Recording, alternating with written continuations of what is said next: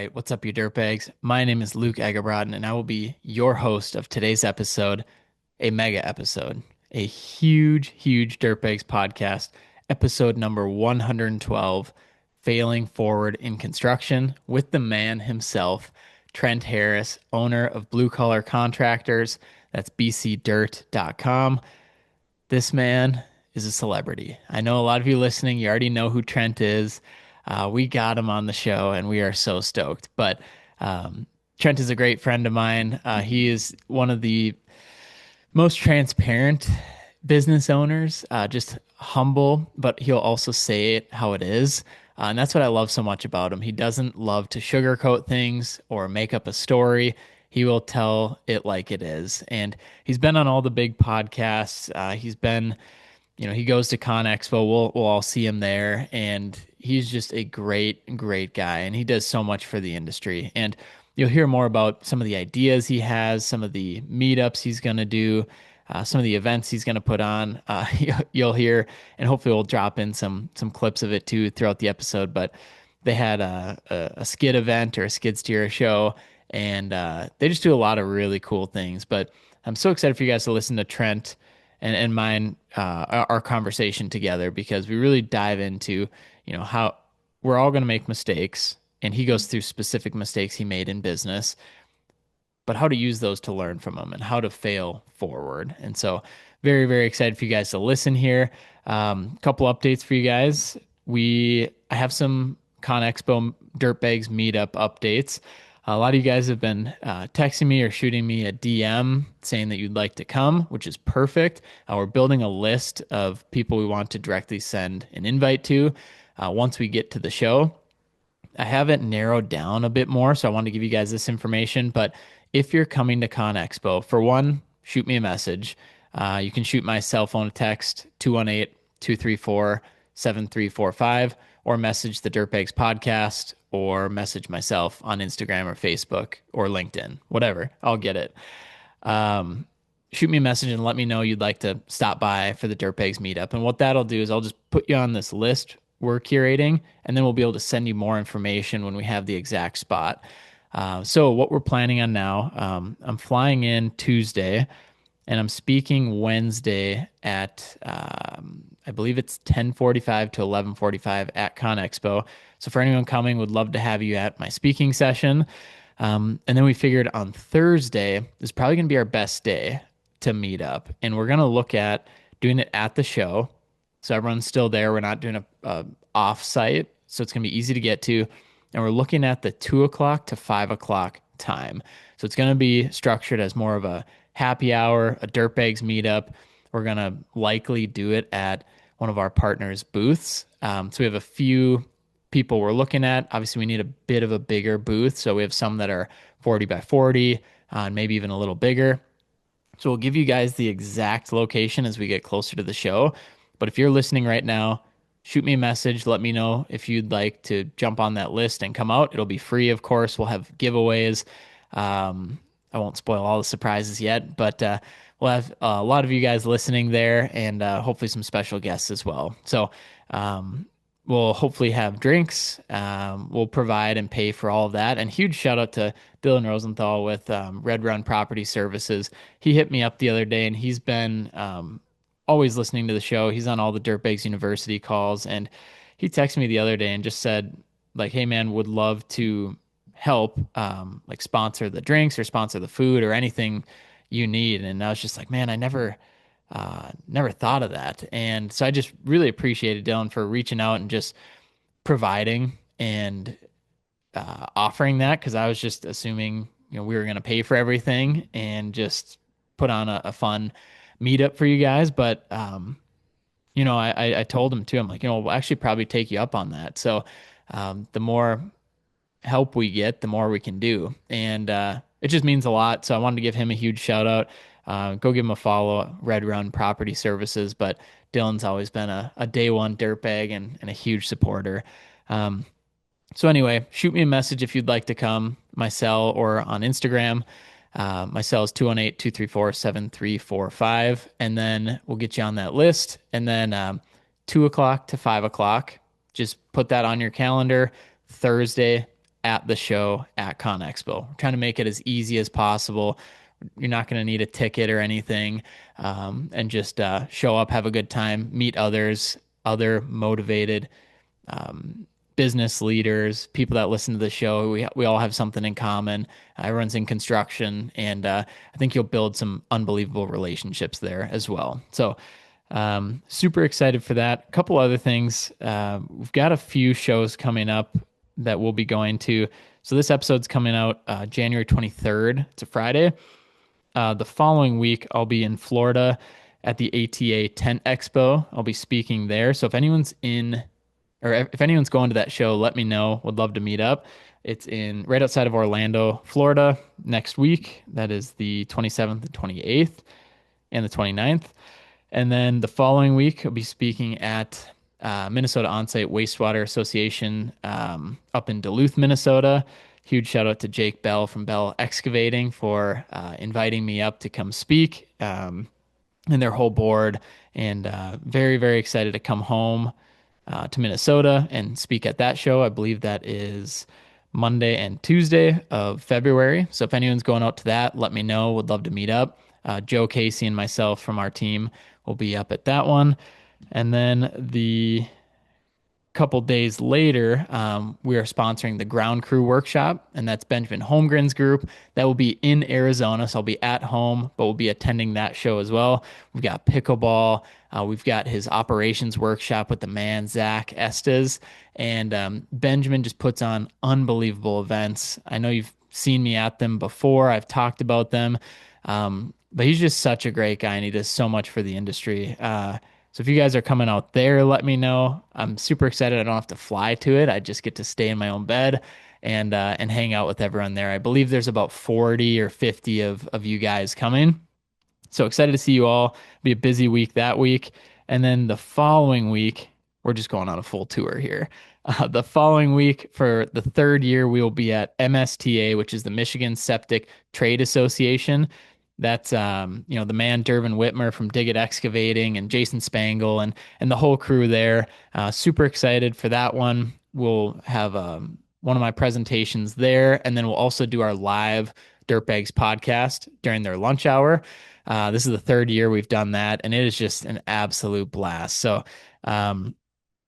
again, I love meeting up with you guys in person. That one is actually at a casino, so super fun. We're going to obviously stay in Mount Pleasant at the Soaring Eagle Resort and Casino. Made a few donations the last couple years with Luke Payne there, but looking to make some money back this year and quit making so many donations. So, yeah, just huge shout out to those events. I wanted to make sure I talked about them a little bit, just to let you guys know where we'll be, and would love to see you guys there if you're going. If not, totally cool as well. Hope to see you at ConExpo that first week of March. So those are the updates there on the events. Coming up, let's just dive into the episode, I think. I don't want to talk too much in these overviews. I know we want to get to this unbelievable episode. That's one thing I want to note. If you're ever listening to myself ramble and you want to jump ahead to the actual guest, I believe we're adding in chapters into the episodes. So on Spotify, on YouTube, I believe on Apple Podcasts, we'll have chapters. So if you guys want to skip ahead, you always can. If not, there's lots of good information in the updates, and I always want to keep you guys updated when the guest isn't here and I'm not wasting their time. So let's dive right into it. We've got a huge episode coming up, Failing Forward in Construction. This is episode number 112 with the man himself, Trent Harris. Let's have an unbelievable day. Let's get after it. Brandon, if you can cue the music, let's dive into this episode and make it happen. Let's go.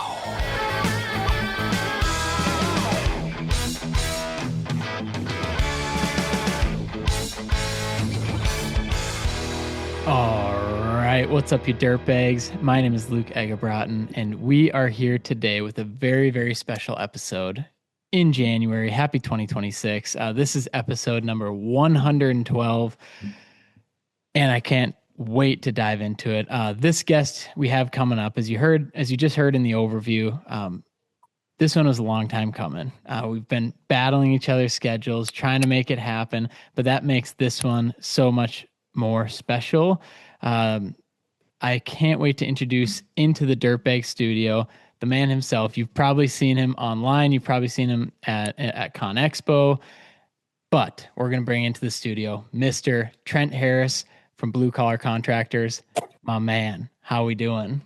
Good, brother. How are you? Been a long Dude, time coming. long time coming, man, but that this one was meant to be. It was meant to be number 112. I you and I have gone back and forth for years now. Obviously, we've gotten to know each other through the years, but finally made it happen where we got through your agent, got you on the show, got you the money, and now we get to be Oh, Trent hell, here Harris, we go. episode number 112. Dude, it's great to have you in and calling in from Oklahoma. Yeah, Yes, sir. Northeast Oklahoma. there we go, dude. Let's kick it off. Obviously, if people don't know Trent, people listening, uh, gotta gotta give him a follow on TikTok. It's the underscore Trent Harris. You can find him.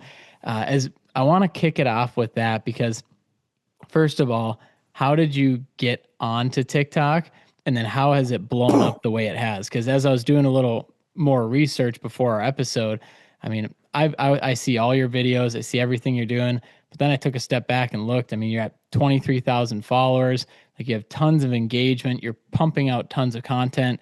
How did you get involved in that? With TikTok, with social media, but on the dirt side. Yeah, so like most people probably in the dirt business that are on TikTok, I made fun of it when it first came out. Like I'm not downloading that. And then I got it and I was like, man, like there's some helpful stuff on here. And from there I started posting a little bit, and probably like most people, putting my face on anything was like hard, I'm like I'd record something 50 times. I'm like, I look like an idiot. And then finally I just accepted that I'm always going to look like an idiot, so I might as well start posting. And but it was super cool just to see like the interaction on there.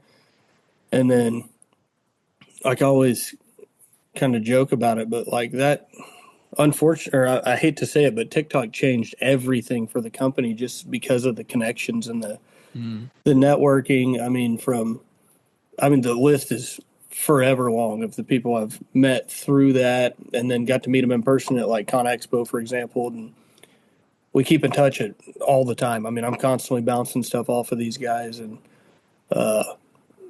between, I mean, like we would have never went to Con Expo if it wasn't for TikTok. Like that was where I never even heard of it before that. And Yeah. then I'm like, okay, let's go to this deal. I went and stayed with a bunch of guys that I met from TikTok, and then we met Trey there, and then we had the Treybo Expo, met some more people, and then from there it just kind of spiraled to where, like I'd say most of my friends are from there. Most of the people I'm talking to daily are that I met through that damn app.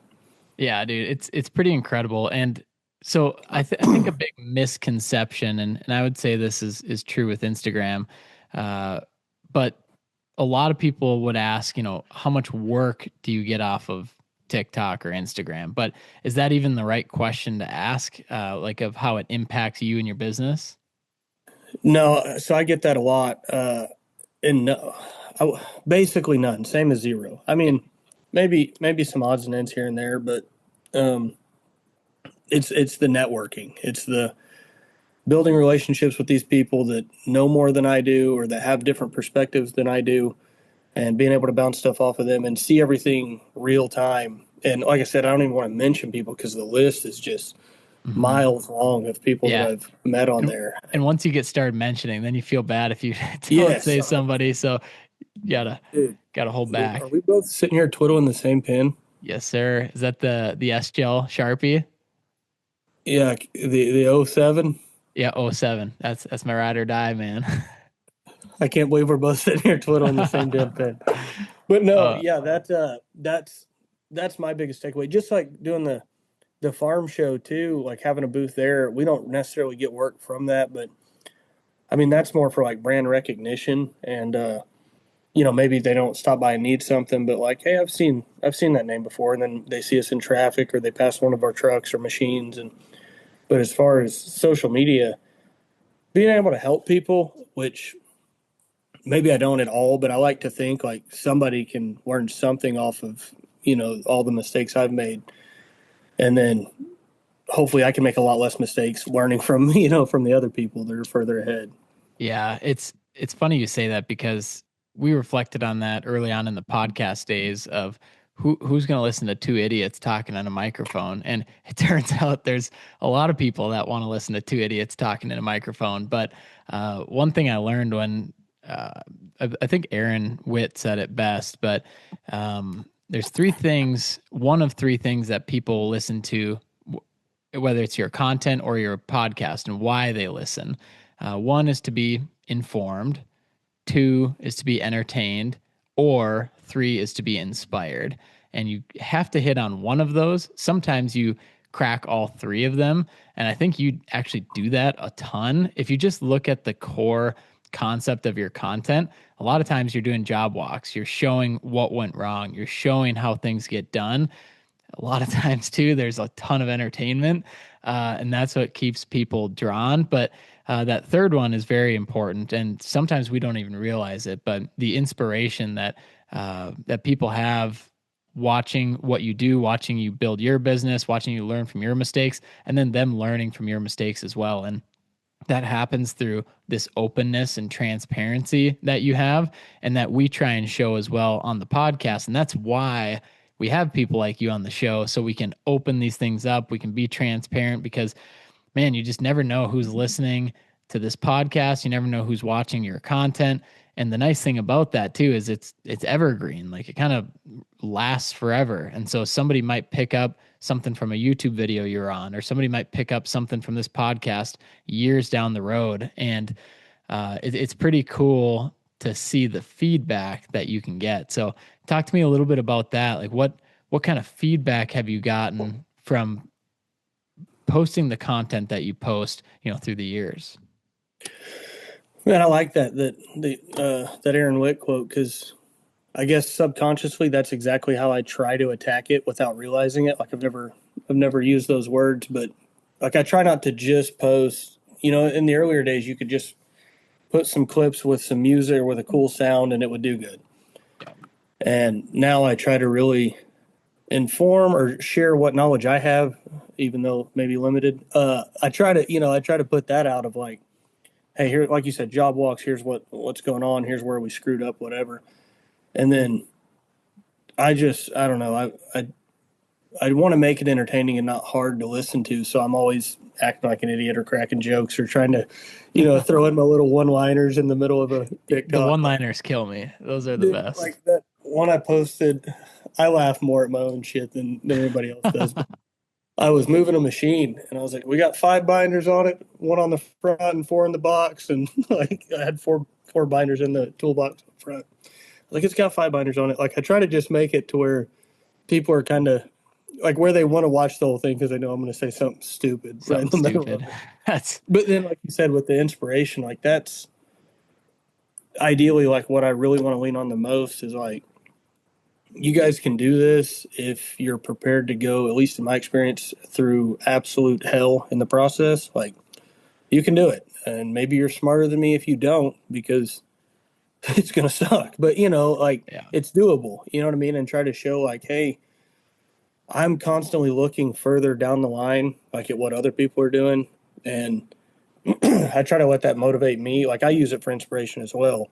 And Yeah. there's a fine line there where you got to kind of be careful to not get envious or jealous or whatever. But I try to get inspired by that, where like I'll look at what some of these guys are doing and look at their fleet and the projects they're on, and it's just gas on the fire. I'm like, hell yeah. And always looking down range. But then I try to remember too, like some people want to get to the level I'm at. Hmm. And that's why I try to put that out there of like, hey, yeah, we started from the bottom too, like Hmm. we're still trying to figure our way through this. And yeah, it looks, I was talking to Drew Gardner last night where he was like, man, it looks like you guys are killing it. And I'm like I say all the time, dude, because we're like, we don't understand how people are making it happen. Like, it's just so hard sometimes. And I'm like, most of my shit's a facade, dude. That's why I try to make you know what I mean? Like, I hate to say that, but that's why I try to make the videos like this, or like Yeah. expose that of like, yeah, we've got this brand new badass GPS dozer, and it looks like, we're on bigger projects than we've ever have been, which is all true.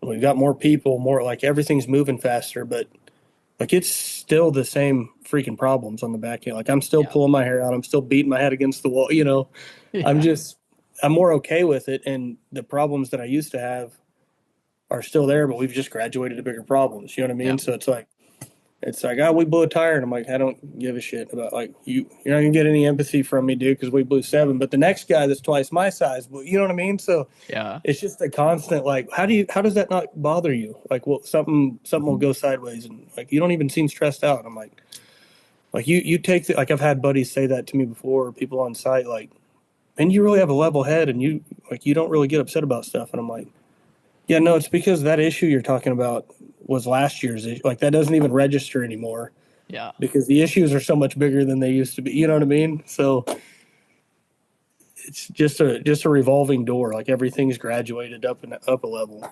And that's growth. Like when these issues now don't are more emotionless because there are bigger issues, like that is growth, and that is becoming uncomfortable. Um, Midway through the comfort crisis right now, it's a great book. Putting yourselves intentionally into uncomfortable situations always, and just that's over the last 100 years we have just become coddled. And uh, anyway, but especially in business too, if you are comfortable, you become complacent typically. And I've dealt with that too. Like when things are going great, that's a dangerous place to be Mm-hmm. because that's when you start to slow down. That's when you get complacent. That's when you start to walk differently. And then that's when things can come crashing down as well. And I know you started your business originally back in, was it 2017? Yeah, that's when we first like blue collar contractors like became a name, Okay. which we were doing the we had blue collar diesel and blue collar lawn care at the time, and I was doing Okay.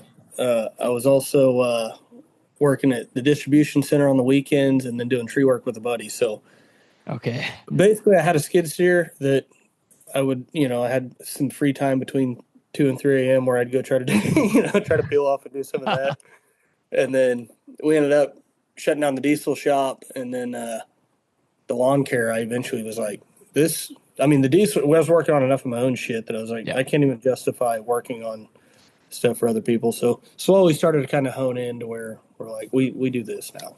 Gotcha. So I want to back up because there's a couple things I want to dig into a little bit. So you mentioned something interesting. So blue collar diesel, blue collar lawn care. You're right now, blue collar contractors. I sense a theme, right? And there's a brand to it though. And this is what I want to dive into. But before we dive into that piece, talk to me about the first two businesses you started. So blue collar diesel, blue collar lawn care. Were you still working your full time job? Like, how did you morph into those? Like, talk to me about that origin story a little bit. Yeah, so I'd have to really dive into the dates to try to remember what the hell I'm talking about here. But so I had my oldest when a month after I turned 18. So I was a junior. It was into my junior year when she was born. So I was working at the gas station and then started the lawn care in high school. Hmm. And actually started the lawn care like my freshman year because I remember we couldn't drive, so we had a push mower that we took across the street into the housing addition. That's And awesome. then we got to where we could drive, and we're like, dude, the world is endless now. Like we can actually drive past our little lot here. And so we had that for a while, and then the diesel shop. I went to diesel school straight out of high school, Hmm. and that was a 2 year program. And I started blue collar diesel after the first year against everyone's better advice, and did that. I want to say for a couple years or so, probably.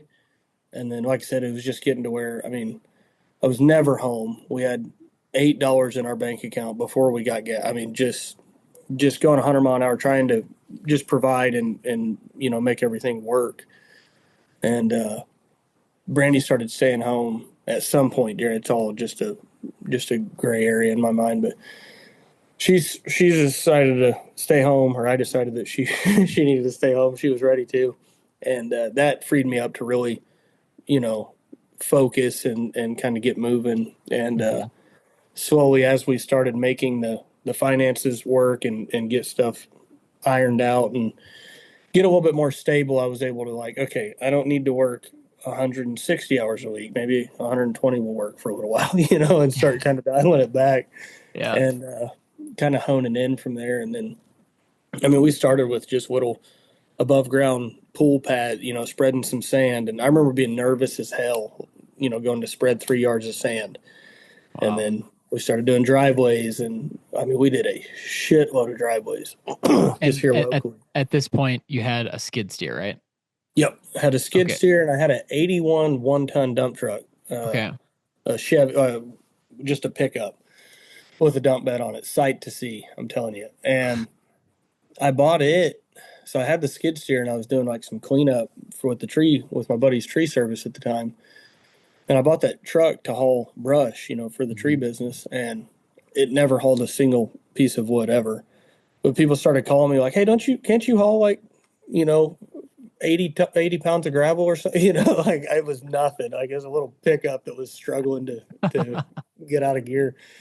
And but family and friends, hey, can you bring me 3 tons of gravel? Hey, can you bring? So then that turned into a dump trailer, and then another skid steer and a mini X, and just going from there. And then we got the big dump truck, and then uh, which now um, we've got 3 skids, the mini X, the mini skid if you want to count that, and then 2 dozers and 2 track hose, and then a fleet of I don't know. I say a fleet. We've got a few trucks and trailers and Wow. stuff like that.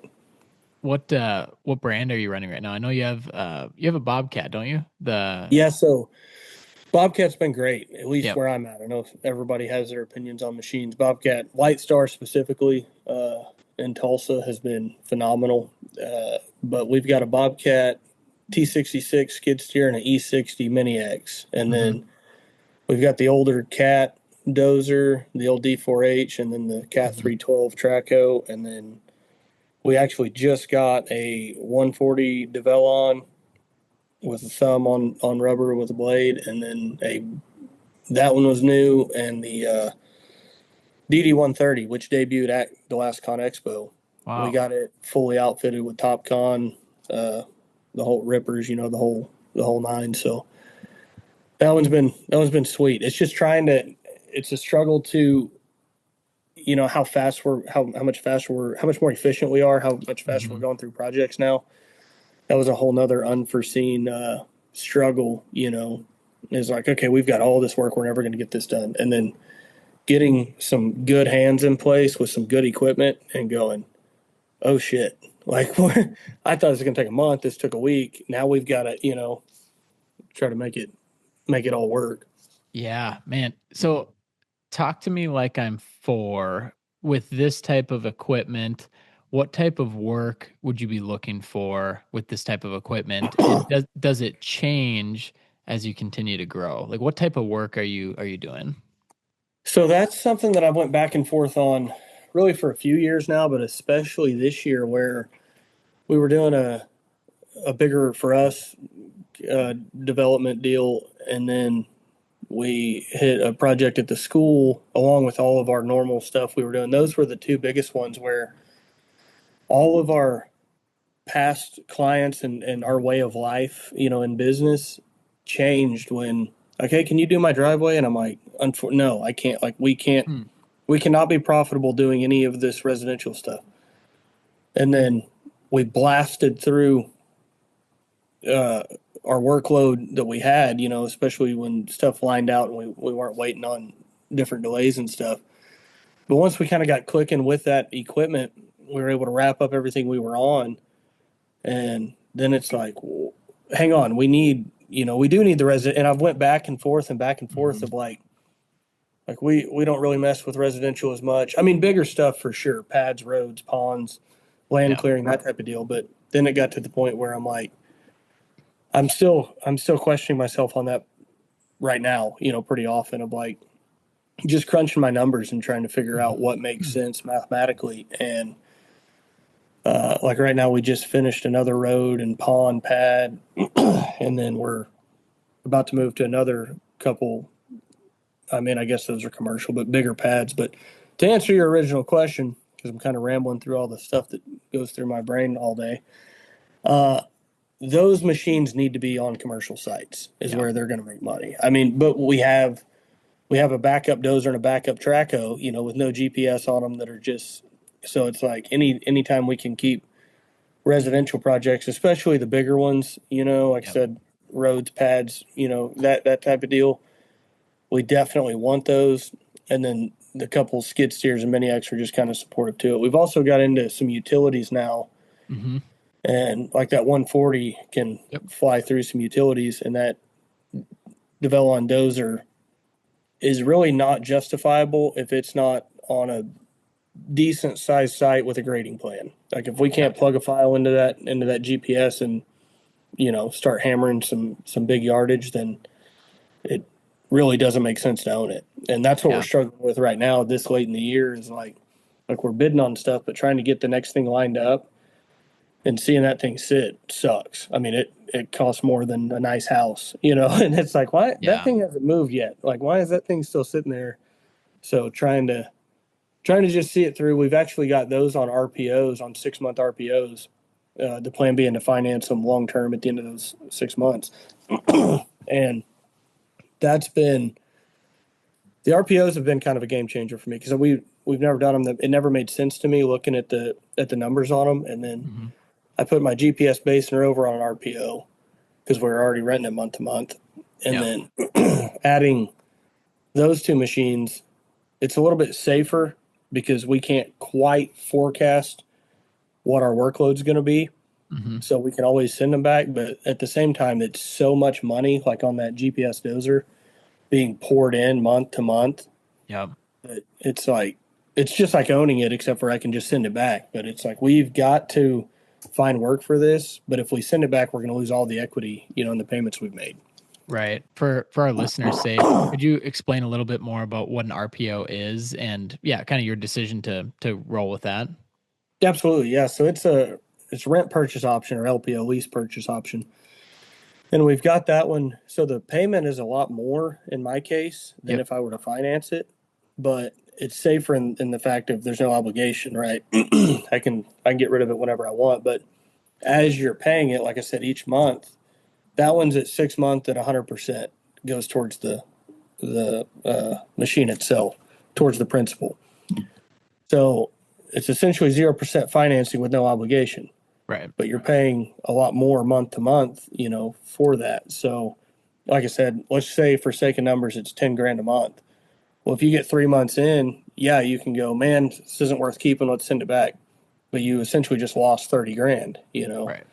So it's been an interesting deal to look at, but I was joking with another buddy the other day. I was like, I kind of feel like I'm practicing making the payment. He started laughing. I was like, I feel like I'm just practicing, and then if at Yeah. 6 months, if we've made it 6 months and making that payment, then it's going to come down. We've got used to making this higher payment. We'll Yeah. finance it long term. We'll have a lot of equity in the machine. Yep. But that's really what it feels like a lot of times. Where I'll show up to check on a site, and I'm like, that's in the same place it was, 4 days ago when I was here. Mm-hmm. Why do we have that? And like my guy on site over there where it's at, it's like, dude, just send it back. And I'm like, I've already got so much equity, I've already made these payments. Like it sucks now to send it back. If we can just hold off until the sun's back out, you know, maybe we can get it clicking again. So Yeah. back and 100%. forth. Dude, I mean it's one of those things too, like you mentioned, you've committed to it, and that's the thing. It's there's a commitment to it, and there's a rent purchase option. But if it's on an RV park, or there's a whole site development plan, or there's a it's moving dirt, it makes so much sense. But then if Yeah. it's not, like you said, that starts to add up. So as you grow as a company, and you know this, of course, these numbers get bigger. And when you're smaller and equipment sitting, it's not as big of a deal. But when you have more equipment and your company's growing, and then when it does sit, I mean, those numbers add up quickly. And then you obviously have overhead as well. So, um, how has that differed from this year compared to last year, compared to the year prior? Like when you look at a company growing, and would you recommend for people listening to grow, or how would you recommend to best grow, I should say? So you were talking about being uncomfortable, and Yeah. it's a good indicator of growth, and that has been us from the beginning because it's just been a constant, never being comfortable. And as soon as we're like, hey, this kind of feels like we're making money, I'm too stupid to stick with that. So I'm like, let's do it again. Let's keep Yeah. it, let's roll it again.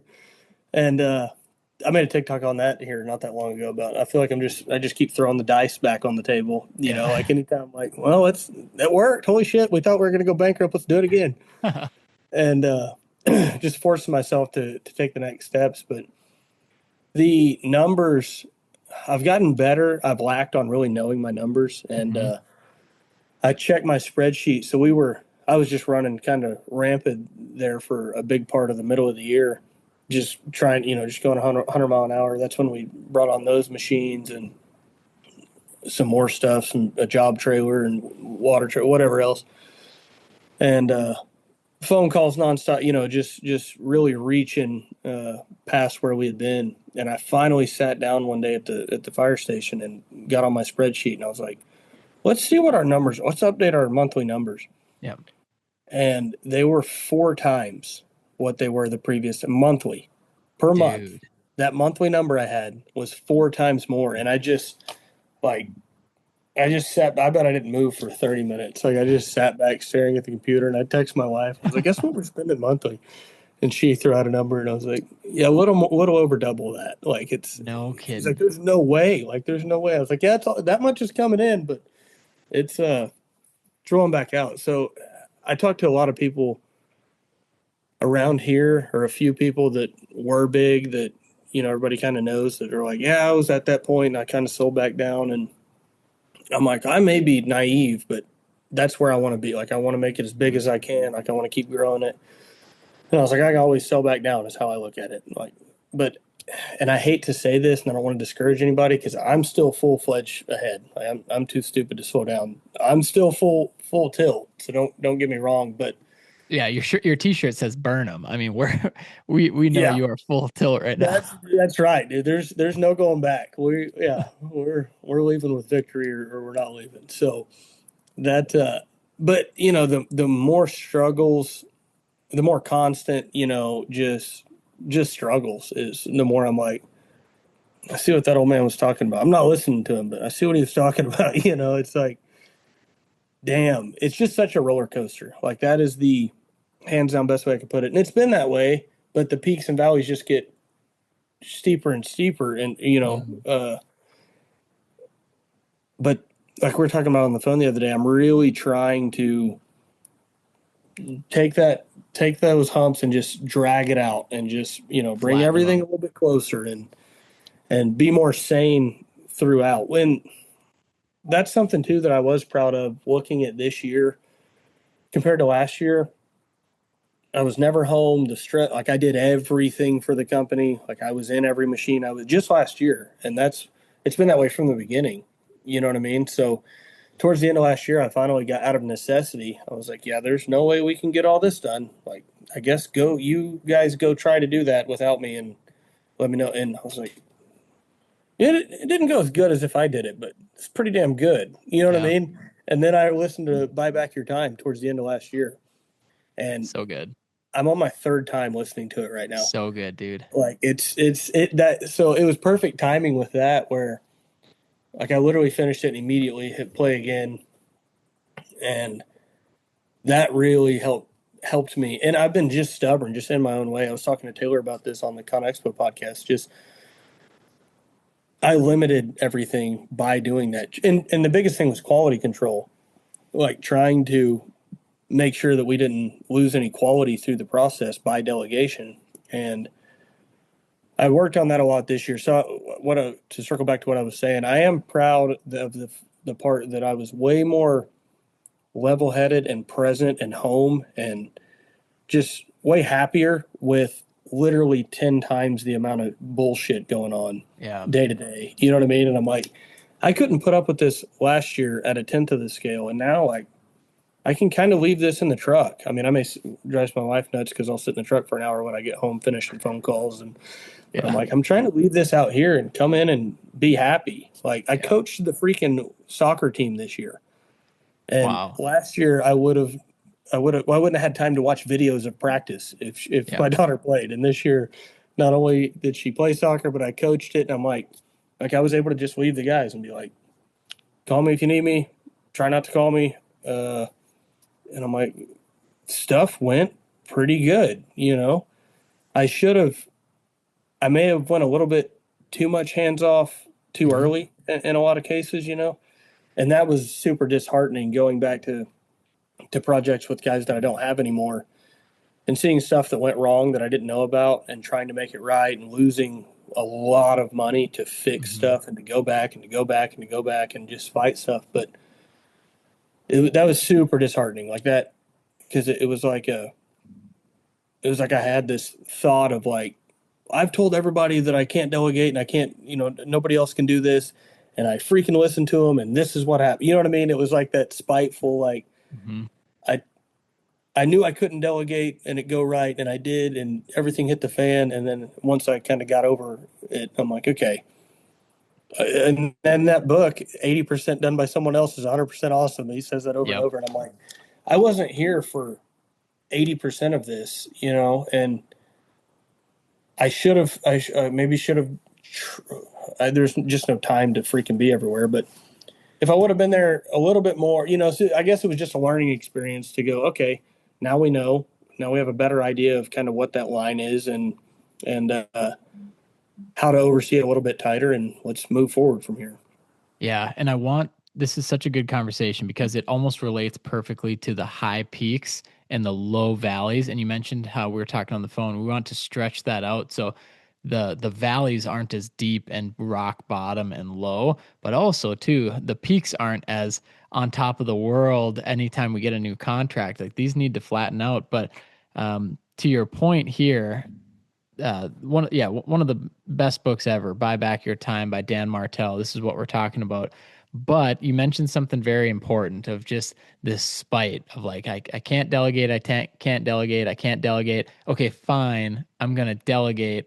Throw everything, throw them the keys as you're falling into the grave, and it's like that is also not the way to do it. So there's what we're trying to get at here too is there's a gradual way to do it, and you're trying to flatten these processes.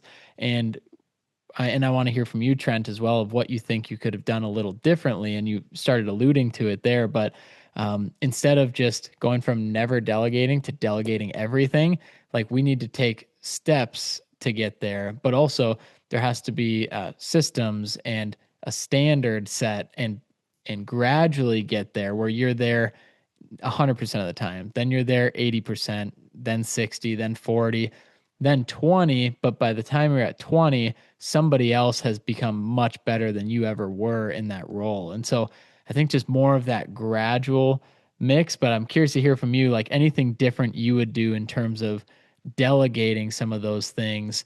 And not even necessarily to a person, but just in terms of your time and the things you do day to day. No, I think you're spot on.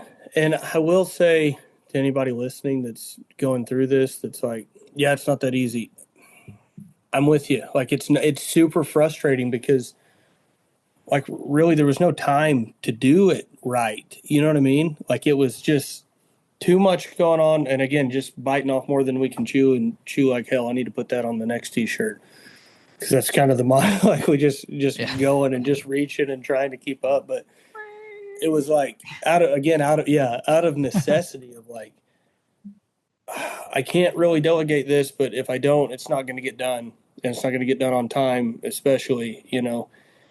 And I think a lot of it too, that a lot of people struggle with, or at least myself, is having the right guys on the bus. Hmm. And like I've struggled with that hard from the beginning. And when you have a guy that knows what the hell he's doing, that takes pride in it, you immediately see everybody else you've had and go, huh, like what could I have done with more of this guy? And it makes him so valuable You know what I mean? It's like, dude, just care. I get that you're not going to care like I do, 100%. But you got to give a shit here a little bit. Like you have to, and trying to delegate to people that you just can't trust, that will make you, or at least me, super spiteful and just Mm-hmm. have extreme trust issues with ever delegating again because it's like, well, I got burnt last time. And I know a lot of people on TikTok and here in my area that could be way bigger than they are. And like when I have those conversations with them, they're like, man, I don't trust anybody. I'm just going to stick with it. And they're frustrated by it too. They want to get bigger, but they're like, I've just given up on that. I'm just going to stay with me and maybe my one guy that kind of helps me, and where I'm on site seeing it all. And I totally get it. Like I can't do that. Like it's not for me. Like I gotta keep trying to grow, and grow through those issues. But that's I think one of the biggest mistakes I made was putting too much faith in the wrong guys Yeah. and trying to find, trying to get the right guys, like I said, on the bus. And when we've had those guys, and like I was telling you earlier, I had a couple of those guys that went off to do their own stuff. And I'm not going to be the one to tell anybody not to do that because Mm-hmm. that's how I got here. Yeah. But definitely hurts the company as far as what we're trying to do and the growth and the forecasting for what we're able to do and where we're going to be. A lot of times is built around those guys. And Mm-hmm. but anyway, like I said, I think one of the crucial mistakes when delegating is, like you said, the obvious stuff of like, don't just throw the keys and walk away. Like you've got to kind of yeah, exactly. And I honestly don't feel like I did that necessarily Yeah. because I tried to be there, especially in the beginning, like when we were first starting to delegate on these projects. I was there as much as I Mm-hmm. possibly could be. Like I'm sitting at the truck, I'm on the computer, I'm answering phone calls, I'm getting the guys what they need.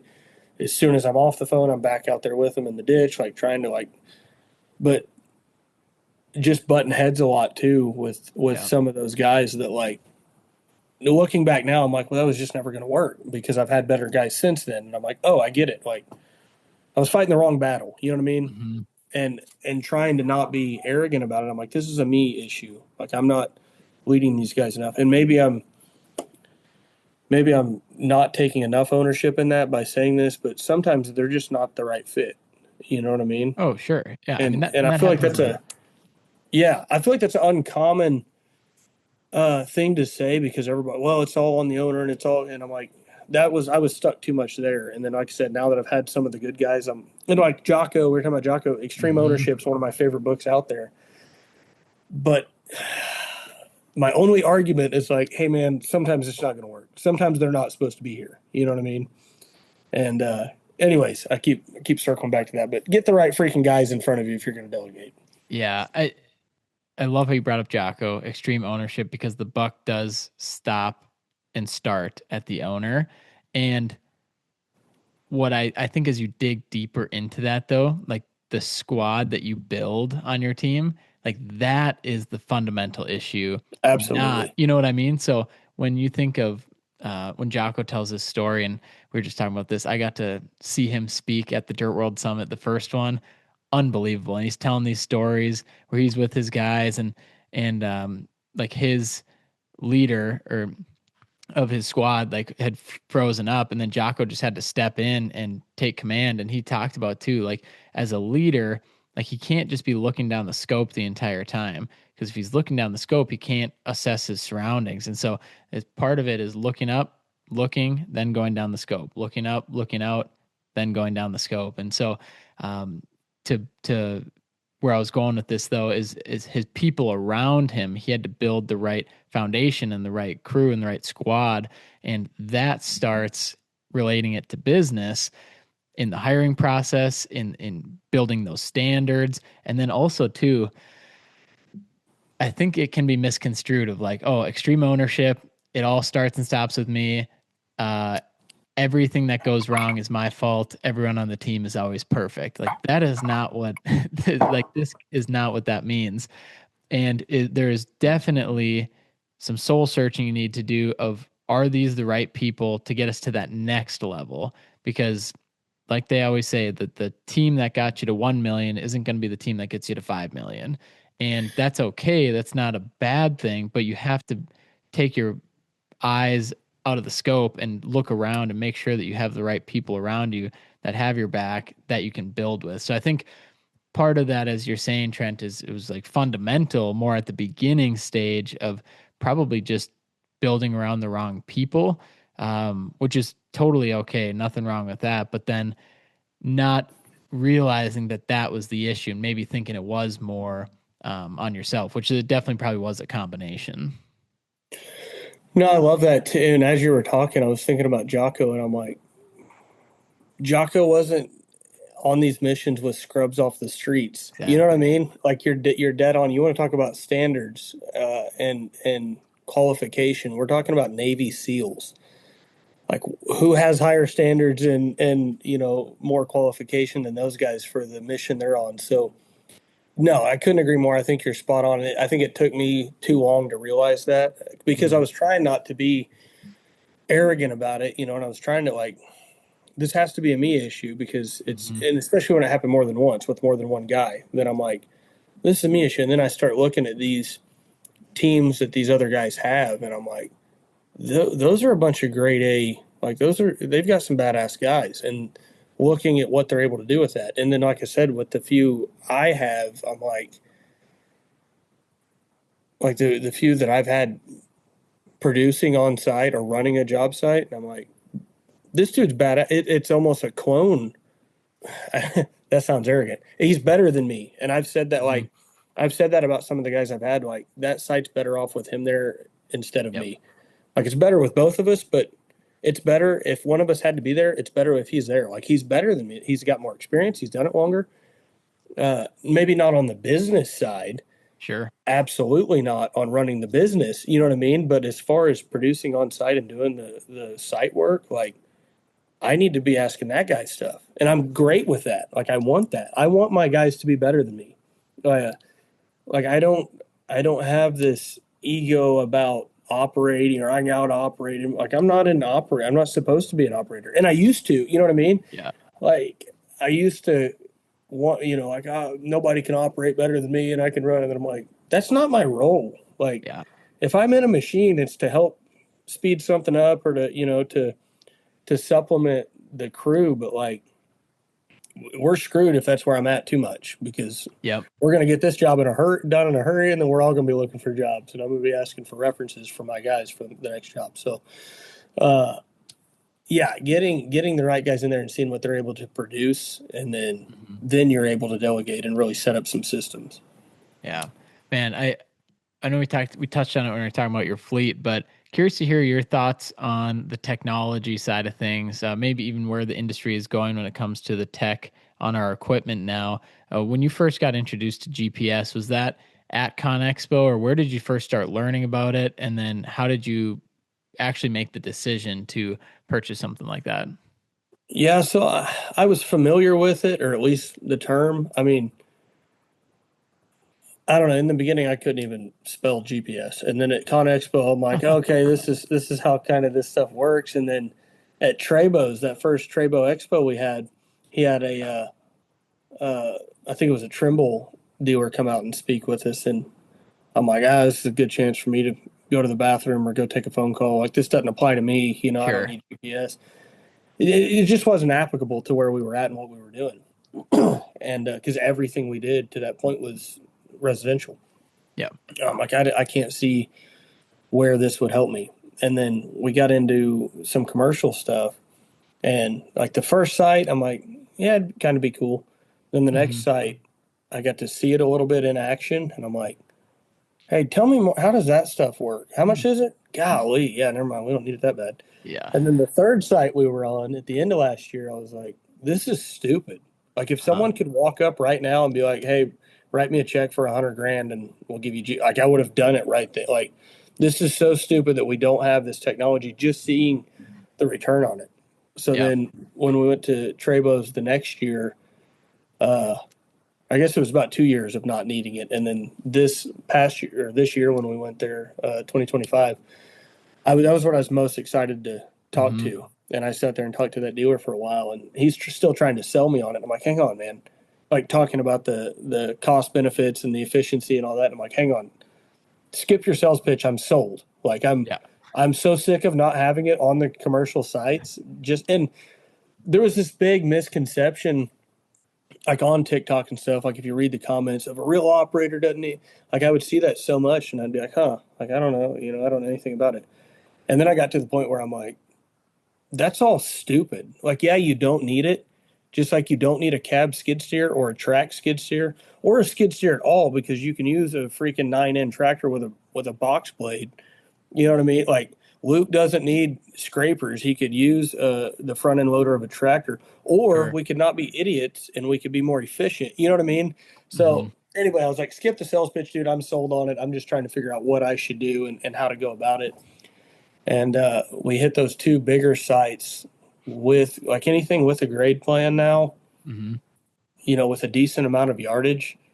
I'm immediately looking at that dozer like and even just the Basin Rover. Let me back up because even like the smaller sites, having like we did some Seven Brew coffee shops and having if we would have had a Basin Rover on those sites, it would have saved Hmm. us so much time and headache just to be able to. We didn't even have layout or staking on those, so we're shooting everything off a benchmark, not having a clue what the hell we're doing to begin with. Like we don't know Hmm. what we're trying to figure out what we're looking at on the plans.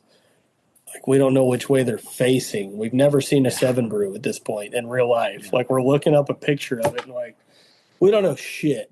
And then we had no staking. So we're shooting off a benchmark in front of a McDonald's like 100 yards away and doing all kinds of crazy math on a piece of paper to figure out what a deal should be and then taking a tape measure and trying to pull off the points. And Mm. I was like, if we would have had a $30,000 Basin Rover at the time, we would have been out of here weeks ago. It would have been Yep. perfect. And that's just to check grade. And then, like I said, plugging that into the those are on the bigger sites where you can watch that thing go through and put it dead on. Yeah, I can do that with my D4. But I don't care how good somebody is. Number one, you can't find those guys near as easy as a business owner standpoint. But also, you're not going to outgrade the computer. I don't care what anybody says. Yeah, the computers have their issues and the technology pains and stuff, but it just frustrates the hell out of me when people talk about how you don't need it because I'm like, yeah, I don't need a fork to eat either. Like there's like, yeah, I can do it the wrong way, but if this makes it more efficient, you don't, that's like saying you don't need a grapple to pick up brush. Like, no, Yeah. but it's sure freaking nice to have. You know what I Yeah. mean? Yeah. Like I don't know. What are we doing here? So anyways, yeah, that thing has been phenomenal at just being efficient. Yeah. I love this conversation. I want to dive a little bit more into it because I'm curious. So, for I guess my first question on this, when you get the dozer, it's equipped with GPS. Does this now open up? I think I know the answer. A lot of more work that you go bid on because you have this equipment. Definitely. And it kind of goes back in a way to you talking about being uncomfortable and Hmm. pushing, because not so much of the GPS technology, but honestly, the price tag Right. forces you, you know what I mean? Where it's like before I would hunt a little bit more for that perfect local job, Sure. for the commercial stuff, and then the rest was just residential. To where now I've had to become more of a salesman. Like I'm calling GCs and CMs constantly, like, hey, what else do you have? What about this project? We're bidding a lot bigger area Mm. because of that. Whereas used to, if it was something right up our alley in town, like, yeah, we'll throw our name in the hat. And now I'm like, yeah, we'll go an hour and a half away. Like, because I know that dozer can be dropped there with my operator and they can slam it out perfect, put it on a trailer and we can bounce.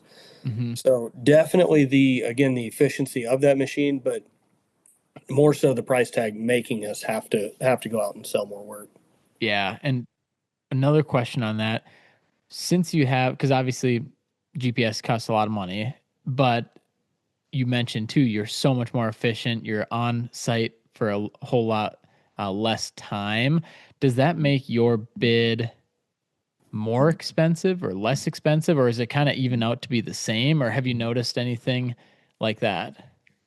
Man, I really don't have enough. Yeah. data there to say for sure, but from the little bit I've seen so far, kind of looking at it, that is, it's the same. It's pretty damn close to the same Yeah. because I feel like our numbers are pretty competitive, unless I miss the takeoff, which I've done plenty.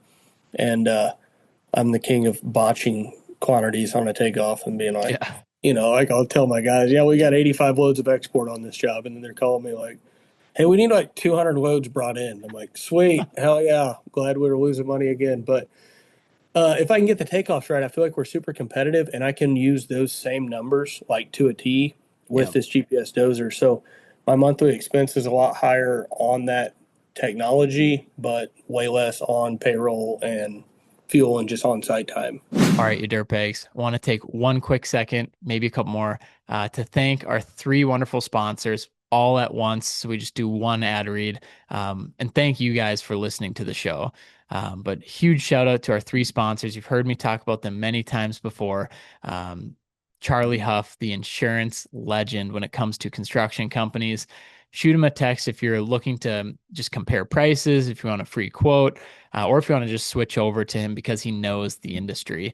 His cell number, 435-764-4833. That's our guy, Charlie Huff. So many of you guys listening use him. We even use him for our company at Phaser, and he's just a man for the people. So shoot him a text. Of course, let him know you heard him on the Dirtbags podcast. It's always nice to get credit, and for him to, he always shoots me a text with a screenshot and just says, thanks for sending you guys over.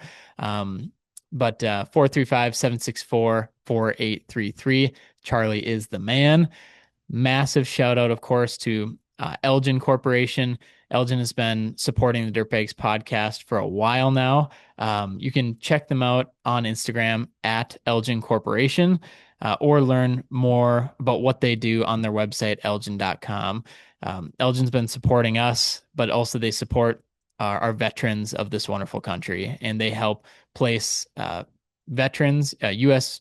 veterans into the workplace. And we had that episode, I believe it was episode 94, the 4th of July special with Drew Nicolai, to talk more about Elgin and what they do for the industry, the wastewater, the septic industry, but also what they do for our country. And it is just, we're so honored to get to work with them and so thankful. So reach out to Elgin at Elgin Corporation on Instagram or elgin.com to see if their products are right for you.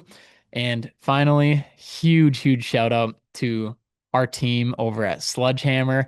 This is everyone, Will, Dr. Wickham, the whole team over there has just been absolutely incredible. Excited to spend some time with them in person at MSTA in Michigan. That's right where they're headquartered. And we'll get to spend some time with Elgin there as well. So, Sludgehammer, you can go check out their new fancy website, sludgehammer.net. They have all their information on there of how you can become a network partner with them and use their products to have a whole new revenue stream, but also to take care of your clients even better when it comes to advanced septic solutions. So go check them out, sludgehammer.net, or of course, give them a follow on their Instagram at Sludgehammer Group Ltd. Let them know you heard them on the Dirtbags podcast. That is all that we have for our ad reads today. Wanted to try something new, shorten it up a little bit, put them all together, and just thank them and thank you guys for listening to the show as well. So let's get right back to the episode. Appreciate you guys a ton. Like, follow, subscribe, do all that stuff. But let's get right back into it. Yeah, 100%. And speaking of, I'm jumping back a little bit more, but you had a great comment, and I don't want to miss it. You were talking about how your expenses had doubled or quadrupled all of a sudden in a month, right? And that's happened to a lot of us that are in growing businesses. Like, you need to keep up with payroll and software and equipment and everything. And and this happened to us because we're growing very fast. And then what doesn't usually happen, and we like to call it our war chest, which is essentially retained earnings or money, like a business savings account, really, to float operating expenses. That gets neglected. And all of a Yeah. sudden, to your point, like when you're talking to your wife of, hey, we're spending 4x what we were just spending in a month, but nothing else has changed. Like our retained earnings, our savings, our war Yeah. chest, our operating expense budget, and that's one thing I wanted to just to point out to people listening is something to keep in mind as you grow, that things need to grow usually as a percentage. So let's say double, it needs to grow double that number. And that's a whole lot more than what we usually think. Instead of just like, yeah, we'll just have another 50 grand. It's like when you actually run the numbers and you get to know your numbers, it's like usually a whole lot more that you need set aside. And I really like what you were talking to earlier about your building up equity in the equipment, because that does have a factor in your decisions to buy more equipment. It's like, what is my debt to equity ratio? Like, how much of this equipment do I own? How much cash do I have in the bank? What type of contracts do we have coming down the pipeline?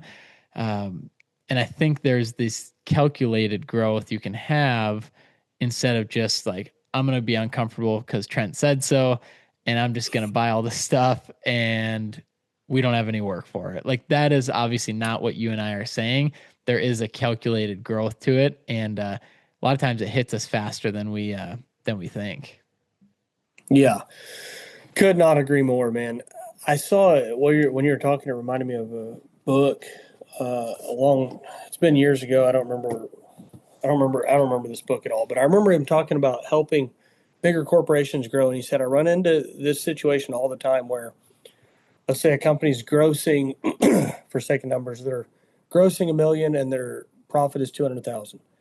And he's like, they're in this race to get to gross 5 million, Mm-hmm. and now their gross is 300,000, or their income, their net's 300,000. He's like, you just spent 4 million to make an additional 100,000. You know what I mean? Yeah. And it's like it's just after this pissing contest of trying to do bigger numbers, but the margin, like that margin percentage, is just getting smaller and smaller, and that resonates with me a lot because I've done that.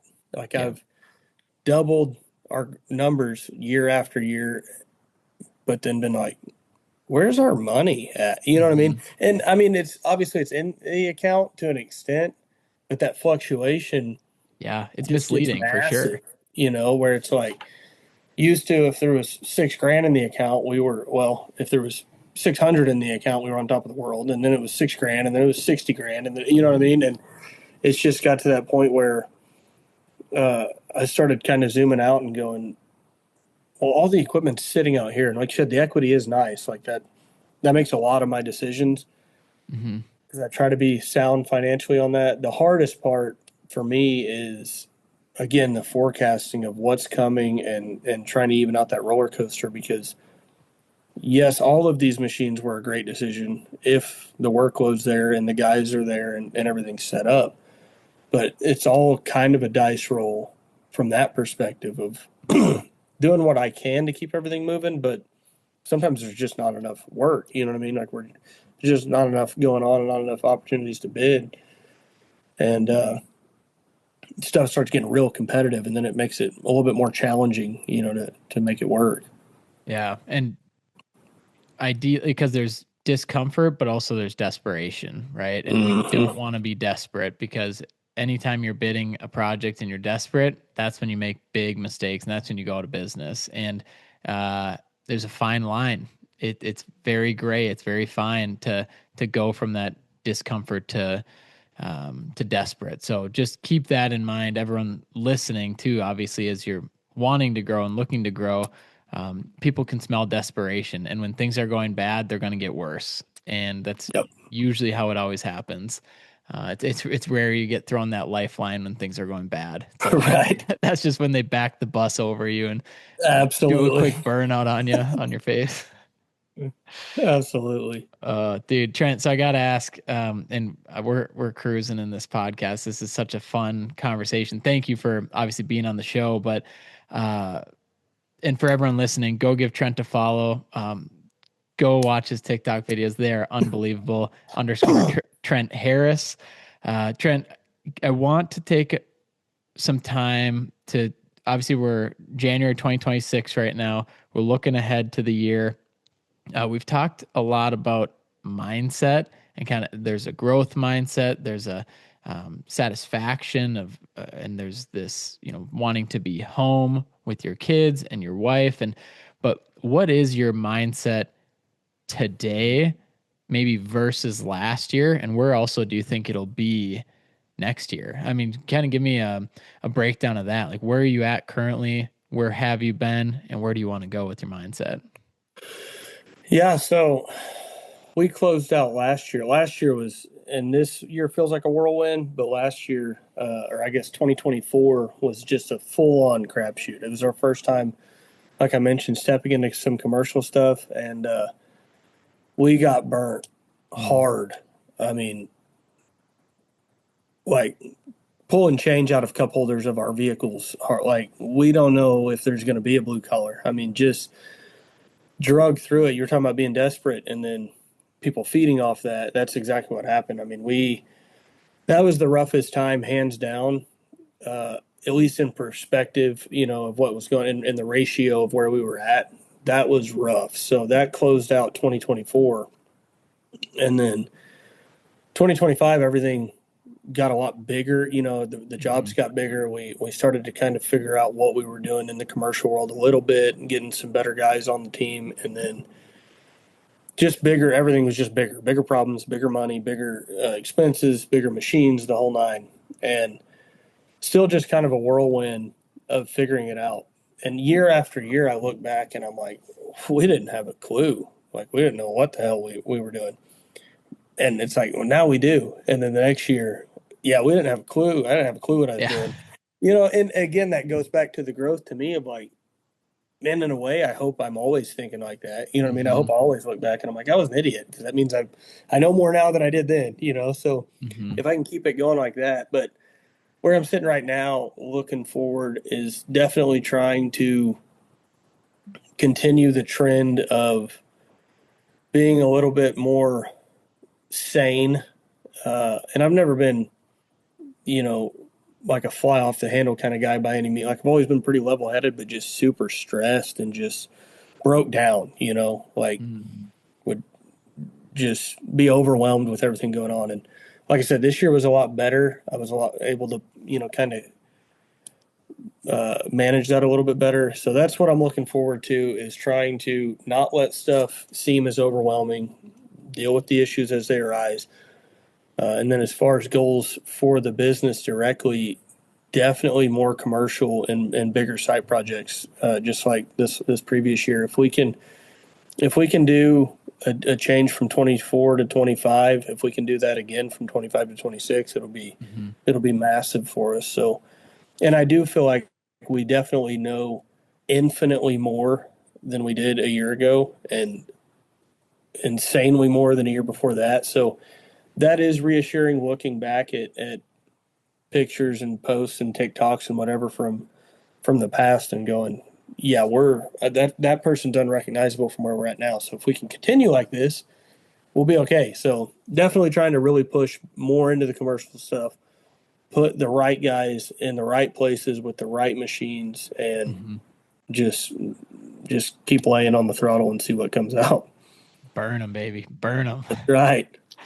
Oh, dude, I love it. Thank you for sharing that and opening up with that too, because I think your mindset, it's not the same the entire year, right? It changes No. daily and by the hour. And I think that's the probably the crazy thing about being an entrepreneur is there's so much more weight, because it's not just you and your family. It's you're feeding other mouths, and there's other careers and other families and bigger jobs that are scarier to fail at. I always just think of failing forward, like continuously failing forward and learning Yeah. something from it, and taking what you learned and adding to it to keep building that callus and keep going forward. Because I mean, if you never fail, you're just going to be, you're not going to reach your full potential. And we all know Right. that. And yeah, dude, so huge kudos to you for continuing to try and pave the way the best you can, the best way you know how. Obviously, I see the work ethic. You can hear the work ethic, but I know that's really ingrained in you of like, I don't want to go sit in an office at a 9 to 5 and just like how am I going to feel when I'm 85 sitting on my Yeah. deathbed? Like, what would I have been more proud of my younger Trent Harris self? And yeah, I think that our older selves would want us to be taking these risks, taking these calculated risks, but just testing our mind, stretching our mind, because damn, you look back at 2017 or 2018 or 2021 or whatever year you want to take in your business journey, you're probably a whole lot stronger mentally than you were Yeah, back in that year. definitely. And less oblivious too, less Yeah. naive. You know what Yeah. I mean? Like now I can look at it and go, yeah, this shit's kind of rough, but Yeah. I wouldn't change any of it. You know, like I'm super thankful for that's something else I've really worked on this year is I don't know, just being super grateful. I was telling my wife we were headed back from I don't remember where, probably checking on a job or something, and I was like, man, if a year ago, this is a perspective I think you'll like this if I haven't told you this before. I use this perspective a lot where I'll try to look at like I'll think about it, trying to figure out how to word this. Like I'll try to look at my current situation from the lens of a year ago with no context, right? So like I'll pull into the yard after a horrible day or all this stuff's going wrong and all these phone calls and just stressed out, and I'll pull down, I'm leaving the yard or whatever, and I'll be like, if I could look through my eyes a year ago or 2 years ago with no context of what's going on and just see where we're at, how would I feel? You know what I mean? And so like I'll look out and be like just look at where we're at. Whose truck is that? Whose GPS does that's about? Is that my logo on that thing? You know what I mean? And so we were headed back from somewhere, and I was like, if a year ago us when we were counting change from the cup holders, wondering if we were gonna survive, like if all this was gonna get returned, like it's all gone, like on one, just like that. I'm like, here we are, like look at what we have, look at where we're at. We're on, we're grossing double like it worked out. You know what I mean? Just kind of laughed, just thankful. Like, yeah, it sucked. We took a bunch of hits along the way, but like thank God genuinely that we're where we are. I'm glad it's not a year ago, you know what I mean? And we're gonna go through these again. Yeah. And when shit just really hits the fan, like for anybody listening that's like, this can't get worse, it will work out however it's supposed to. You know what I mean? And I'm preaching to the choir here because when you're going through those times, like for us a year ago and some in between then, like I'll take that and try to mourn it for as long as that takes. You know what I mean? Like I'll sit around and not sit around because there's no time, but I'll be driving wherever I'm going to next, and feeling sorry for myself, and this sucks. And I'm like, okay, now that we're done with all that, like, what are we gonna do going forward? Like, let's zoom back in or zoom back out, however you want to look at it. Take emotion out of the equation. Like we can sell everything, we can quit, or we can keep going. That's really all we have here. Yeah. And there's been times in the past that I'm like, dude, should we sell? Like, should you know what I mean? And I'm like, Hmm. no, can't do that at this point. Like, let's keep pushing and see where it turns out. But like I said, for anybody going through that, like just keep taking steps, and it'll seem a lot smaller in the rear view one of these days. But there are those times where where it just keeps swinging. You just gotta keep getting up. Yeah, man, it's such great advice. And another thing too is talk to those around you. I would say outside of your local area, because sometimes you just get in that funk where everyone in your local area, you're competing against them, you're talking with them, you see them. It seems like everyone's on the same page, but they're not. And until you can kind of pull yourself out of that and hear stories from people across the country that have either gone through the same thing as you that you have, or can give you a different perspective, or can give you an unbiased perspective. Like, let's try that. Let's try getting some advice from somebody that's not 10 miles down the road. I know that has helped a lot of people, especially in this industry, of just building that community and seeing like, man, I'm not the only one. And also, as you mentioned, Trent, like there is a path out and there is a way. And sometimes it's not easy. A lot of times it's not easy, but there is a path out. And, if we can just keep going forward and keep failing forward as we're talking about and just learning from this, like you'll come out stronger than you ever were anytime before that. Yeah, couldn't agree more, man. That's finding those people too. Like one of the people we work for this year has been phenomenal. He's not in my industry, right? And like you're talking about with the local guys, like most of those people for me are halfway across the world or at least a few Mhm. states away because of TikTok and stuff. Yeah, talking to those people and just zooming out, and like I said, that one for me and a couple other really good friends.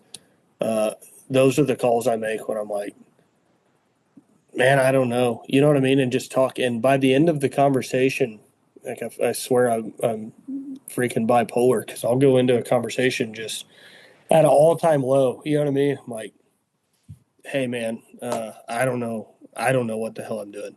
And by the end Mhm. of the conversation, they've dumped so much gasoline on my fire, you know what I mean? Just, Yeah. Oh yeah. and I'm like, dude, thank you. Like, you didn't even give me any advice. You just freaking like, I respect your position and where you're at so much, especially, and and like I said, like Trebo, for example, too. Like Mhm. guys like that, talking to them and being like, dude, I don't even want to do this shit anymore. Like in those woes.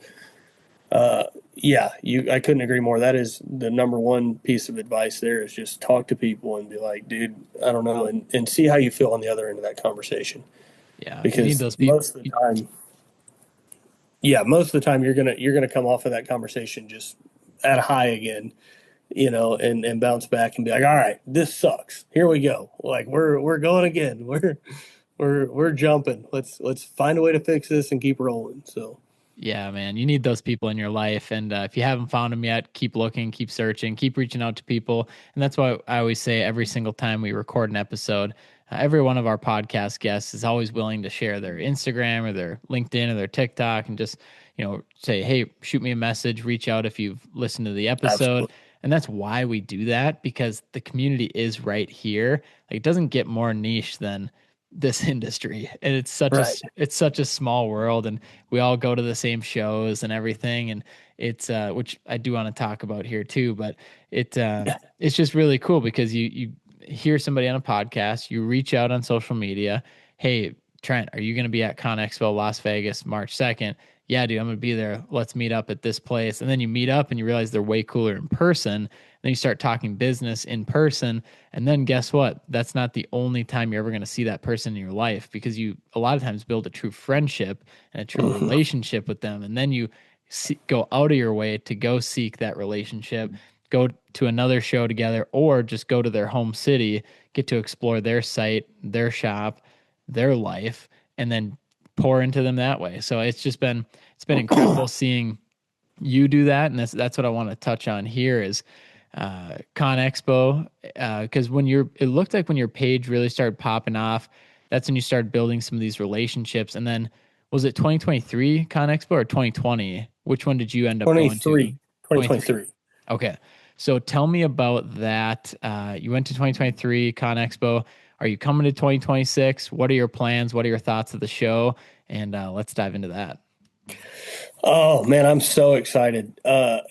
Again, going back to the very beginning of the podcast of those relationships and that network of people, the that was a game changer. I mean, we skipped ahead years, and like I was talking to a buddy the other day, and he's like, What's the big deal?" He's never been. He's in the dirt business, and he's like, "What's the big deal? Like, why is it that?" And I'm like, "I don't know. I can't explain it. It's the atmosphere and the environment. Like when you leave a concert or when you're at a sports game. Like it's just the environment and the people that are there. The equipment's awesome. It's unimaginable the amount of obviously exhibits and the technology and stuff that's going on. But Crazy. yeah, like it's you can't wrap your mind around that part, which is why everybody's there. But to me, it's just the people. Like and especially because of TikTok, kind of knowing these people and getting to meet them, and then like you said, from there building relationships, and then going to get to see them again. Like uh, I'm super excited to hang out with Luke. Like I want to see Luke Yeah. there because I didn't. I met him in 23, but I didn't really Mhm. know who he was. And obviously Dylan. Dylan's a goofy ass. Like we were Yeah. hanging out on the strip and met Taylor and the whole KWC crew. We were all hanging out on I think it was Fremont Street, the old Oh yeah, Vegas. that's so the B squad goes, the Yeah, so all we the were all hanging performers. out there. That was an absolute blast, like getting to hang out with Taylor. And since then, I've kind of got to know him a little bit better. And then I did the Mhm. ConExpo podcast, and just just great people. And I swear I can talk to those guys for 30 seconds and it's just dumping gas on the fire. Like, Mhm. just really rejuvenates everything. And like, I drove an hour and a half back or 3 hour, however far it is, from OKC airport back in 23 with no radio, like just listening to the air condition and my thoughts. You know what I mean? Like, it's, I don't know. There's nothing like it. But yeah, excited to meet those guys. And you were talking about seeing those people again too. Like, I 100% plan on flying to your house in a helicopter one of these days. Let's 100% go, plan on it. dude. That or I'm going to get too afraid of owning one because I don't Yeah. trust myself enough. But speaking of that, doesn't what's his name up north somewhere? Doesn't he have a Will helicopter? Schuler. Will. Yeah, I don't know him at all either, but I've heard you guys talk about him. Yeah. I mean, he, yeah, I don't want to speak for him, but from everything I've Yeah, seen, they have or use a helicopter and he can fly a helicopter and they like check out these sites and it is such a that's badass freaking move. I'm awesome. like, that Yeah, is dude, unbelievable. that's been my dream. So we just flew again a couple days ago now. Uh, just did another discovery flight with the same instructor where he'd let Nice. us run a little bit. So the first time we got to run a little bit, like one at a time controls and stuff. And like I'm flying along and I'm like, this isn't too bad. And then I tried to hover and should have killed us all. This time he let us run all three controls at once. And I'm like, dude, You sure, dude? yeah. And I'm like, I might get out before I do this. If so, but no, like I said, if I'm not afraid of that by the time I get to that point. Yeah. But circling back, yeah, like I said, Dylan, Luke, Taylor, Cy, Trey, but like Mhm. everybody, like all these people, and like I mentioned Drew Gardner earlier. He's in Alabama, I Mhm. think. I've never met him, and I talk to him all the time. Like he's helped me. I've helped him through some lows, and like just like a brother. And I've never met him. You know what I mean? So I don't Crazy. know. Super excited. There's nothing like it. Just getting to hang out and be around like-minded people, the ones who really want to help and just inspire each other and get different perspectives. Like I could learn so much from all those guys, and hopefully share some advice too from my perspective. But like it's I don't know, just such a cool deal to be able to soak up as much as I can from everybody. Yeah, and Con Expo, the pros and cons of it really, it's the pros are there's a 150,000 people that are in the construction industry that come there. The cons are there's 150,000 people. You know what I mean? So it's there's definitely that's a great place to go just to be able to see everyone. But what I want to talk to you about too is some of these smaller expos or these smaller events and these get-togethers. You mentioned Trebo and how he does the Trebo Expo out in Arkansas, I believe. I Yep. know you and I were talking too about you potentially getting people together in Oklahoma. Like, talk to me about that. What would something like that look like? Is that on the horizon, or is that an idea, or what does that look like? Definitely. So yeah, Trey has the for everybody listening, if you're anywhere near Pine Bluff or even if you're not, like people came from he gives out an award for whoever traveled the furthest. The Trebo Expo in Pine Bluff. So we were in a limo the first time I met Trey, and he pulls out a wad of cash and gets us a limo from someone that was waiting to pick someone else up. He goes, "Oh, we want that damn limo," and starts pulling out $100 bills. I'm like, I'm getting in with this crazy bastard. So Trey's become a extremely close friend over the years, but we were like, man, we don't want to wait 3 years to do another one of these. So Yeah. we came up with that idea, and Trey hosted like I said, the Trebo Expo. That's what got us again. Circling back, that's what got us into commercial work. I Hmm. was still wouldn't be into that. Con Expo introduced me to Trey. Trey introduced me to GCs that came in and spoke to us about how to go about, getting into that. And I'm like, oh, so that's what we need to be doing. Like, that's how I need to get there. So learning from those guys, being around, again, like a mini Con Expo almost, of being Hmm. around like-minded people in the area, it gives other people a chance that don't have a chance to go to all the way to Las Vegas for 3 or 4 days to show up for a day or two at a shop near them. You know what I mean? Yeah. To be around that stuff. And then we had our little skid show Oh, deal we I'm were so talking glad we get about. to talk about this. We Yeah. got, and Trent, what we'll do here too is we'll take some video footage. We'll insert it here as you're talking about it, Okay. uh, post production. But got to hear all about the skid event. Talk to me about what were some of the brands that overpowered the others, and then let's talk about your potential event coming up. Perfect. Yeah. So we ended up and I had planned it forever. I'm like, we need to get everybody together. And we just never pulled the trigger on it. Something always came up. So I finally set a date. I'm very meticulous on my calendar. That's how I get anything done. It gets on the calendar and it doesn't come off till it gets done or moved or allocated, delegated or whatever. So finally I got a date scheduled on that and just invited everybody. That was my first time to meet Cy. I didn't get a chance to meet him at Con Expo. So Hmm. we've another one that I've become really good friends with. Great dude. And so he came all the way out here, brought the low boy from Rogers with just a haul of skid steer. I'm like, dude, you could have brought a pickup. No, we take a low. I'm like, hell yeah. So he brings it out. We had cat, bobcat, deer. I don't remember what all we had. We had a little bit of everything. And just for a day one, like ragtag thrown together, no real planning. Like, hey, here's a date. Bring your skid steer. Send this to who you know. Like, Hmm. no food, no bathroom, like no plan, no itinerary of any kind. That's Just a bunch awesome. of idiots hanging out. But it was cool too because a lot of people that have followed me for a long time. Like it was super cool getting to see people who thought it was cool, like to meet everybody there. You know what I Mhm. mean? I'm like, this is freaking awesome. Like this is the whole point of all this, and just getting to talk to those people that are even in my area. But uh, I had the Develon, the DTL 35 Yeah. out there, and we had a Wyatt Bynum had a Cat 299, and they're both blacked out. Like I had mine Yep. custom painted and all slicked out. And Cy brought a brand new 265 Cat, Hmm. and Sheldon had a 255, Motor had 86. Like we had a little bit of everything. And that 265, I can't remember the specs on it now, but we Hmm. hooked it to a Bobcat, and the Bobcat should have been like it was bigger, heavier, stronger, you name it. And Cy just drags him away. We're I like, remember seeing that video. yeah, we're like, okay. And all this stuff is on. I think it's on my YouTube, but also Cy has a lot better footage of this stuff. Okay. Cycon on YouTube, but for anybody that wants to check it out. But so the 265 walks off with the Bobcat, and then they hooked it to the Cat 299, which again is way bigger, way more powerful, way everything. Walks off with it, and then we hooked Wow. the Develon to the 299, and I drug it. Like I drug the Develon drug everything here as well.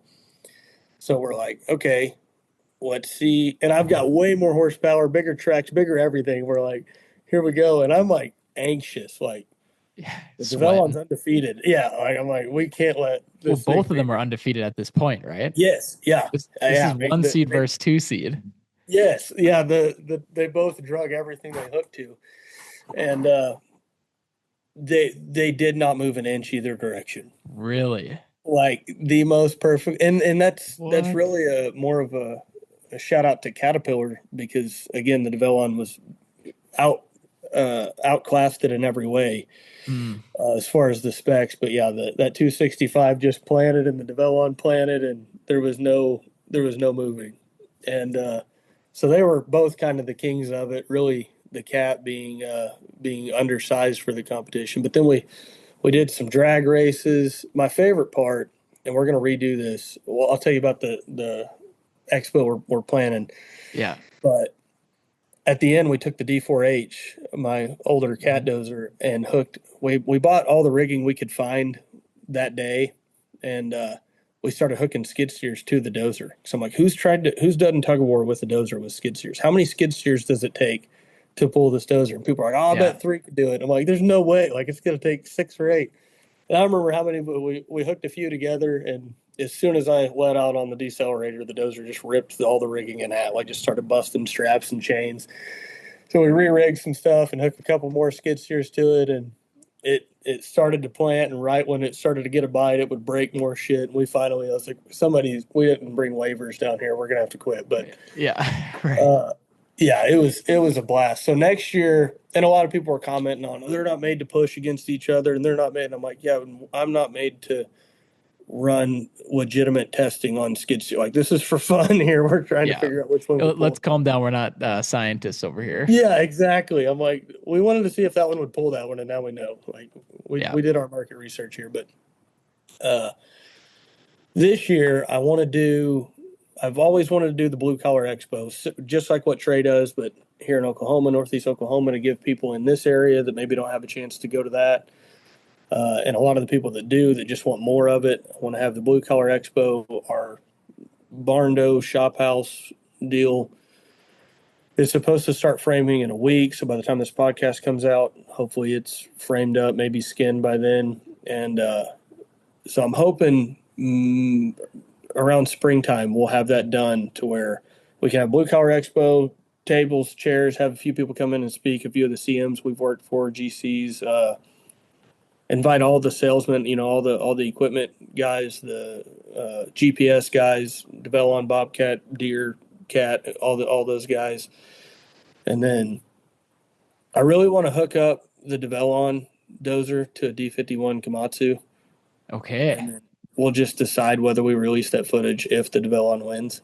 But I Yeah. want to do something with that, and then I want to push this year with the skid steers. I want to build either like quick attach plates welded with some I-beam, Mhm. or maybe a big loader tire where we can get it in the bucket. But I want to push with some skid steers this year, but it'll be a little bit of a pivot from the skid show was all just guys hanging out with skid steers. This will be more of a definitely fun, Mhm. inspiring, like we were talking about, and Mhm. entertaining, but it'll be more educational, and then getting to see different machines. And we'll have, well, hopefully we have some of our fleet here, but hopefully most of our fleet is out and working, and I'll Yeah. just be like, trust me, I do own one of those dozers, but it's Right. not here. So It's out making money, and might have a yeah. bathroom there at the Yeah. expo.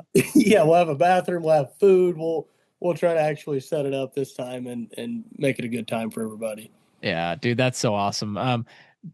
So yeah, for anyone listening to this podcast, definitely reach out to myself with the Dirtbags channel, with Phaser Marketing, or with my personal channels, or reach out to Trent if you want more information on the Blue Collar Expo.